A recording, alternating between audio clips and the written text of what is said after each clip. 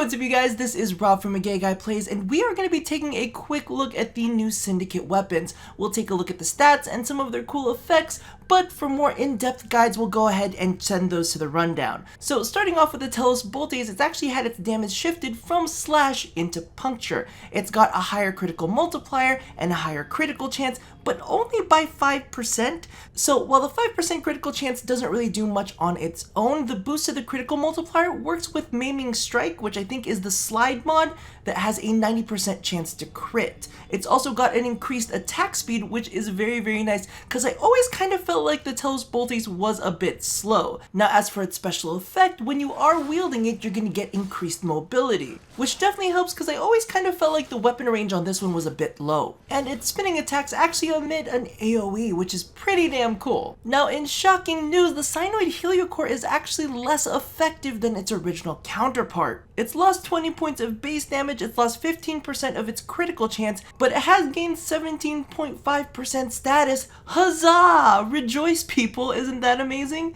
Now its channeling damage has also gone up and so has its attack speed, but maybe the saving grace of this weapon is its really cool effect. Any enemy killed by a channeling attack actually recomposes them as an ally if their codex entry is complete. And of course it still maintains its original ability to scan enemies upon death. Now on to less complicated news. The Sancti Magistar is actually a nice upgrade from the original Magistar, which isn't really that difficult because the original Magistar only had 80 base damage. Its new Lecta version actually has 120, which makes it fairly competitive in the heavy weapon category. It's also got a boost to its attack speed, and interestingly enough, when wielded it gives you resistance to status effects, and each charge attack used against enemies creates a healing pulse that takes care of you and your allies. This is one that I am definitely excited for. Now onto the Secura Lecta, which I am a bit disappointed in. While it is fast as all hell and did receive a pretty big bump to its base damage, all it really does as a bonus is give you bonus credits, which some people may really like. However, I just don't feel like it's all that interesting, especially as compared to some of the rest of the effects. Okay, so the Rakta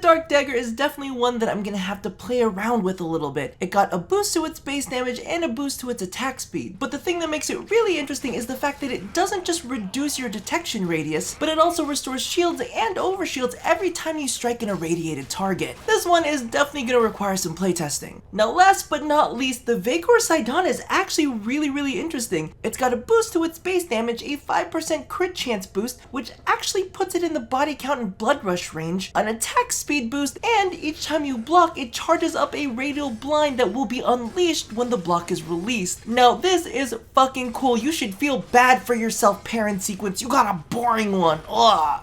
But that about does it for now. I have got a whole bunch of playtesting to do, so I will see you guys later. Bye bye!